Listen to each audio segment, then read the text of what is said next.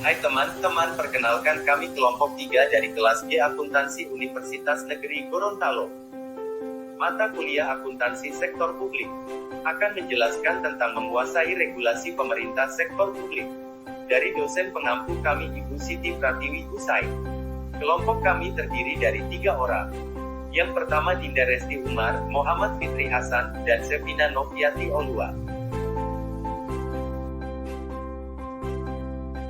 Menurut Collins Dictionary, regulasi adalah aturan yang dibuat oleh pemerintah atau otoritas lain untuk mengontrol cara sesuatu yang dilakukan atau cara orang berperilaku. Regulasi adalah istilah yang mungkin kerap terdengar di bidang pemerintahan dan bisnis. Regulasi pemerintah adalah perpanjangan alami dari undang-undang yang mendefinisikan dan mengontrol beberapa cara yang dapat dilakukan oleh bisnis atau individu untuk mengikuti hukum. Sementara itu, regulasi bisnis adalah aturan-aturan yang dikeluarkan untuk mengendalikan perilaku dalam berbisnis. Baik aturan dalam bentuk batasan hukum oleh pemerintah pusat atau daerah, peraturan asosiasi perdagangan, regulasi industri, dan aturan lainnya.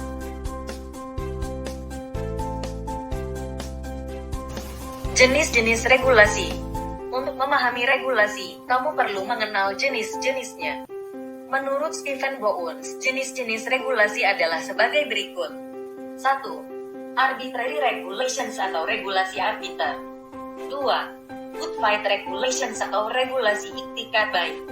3. Goal conflict regulations atau regulasi konflik tujuan. 4. Process regulations atau regulasi proses. Jenis-jenis regulasi bisnis.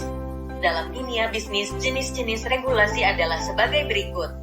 1. Regulasi perlindungan konsumen terdiri dari perlindungan preventif dan perlindungan kuratif. 2. Regulasi perlindungan merek adalah suatu penanda agar memudahkan dalam mengingatnya suatu produk atau perusahaan. 3. Regulasi larangan praktik monopoli bisnis adalah pemusatan kegiatan sumber ekonomi yang dilakukan pebisnis untuk menguasai produksi dan pemasaran barang atau jasa tertentu. Regulasi sebagai kegiatan negara. Regulasi sebagai kegiatan pemerintah telah dipelajari secara ekstensif, termasuk alasan regulasi dan proses penerapannya. A. Kepentingan publik versus pribadi. B. Analisis administrasi pragmatis. C. Regulasi sebagai tata kelola.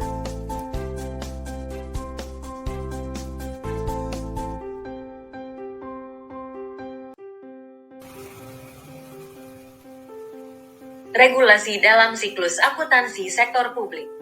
Setiap organisasi publik pasti menghadapi berbagai isu dan permasalahan, baik yang berasal dari luar, lingkungan, maupun dari dalam organisasi.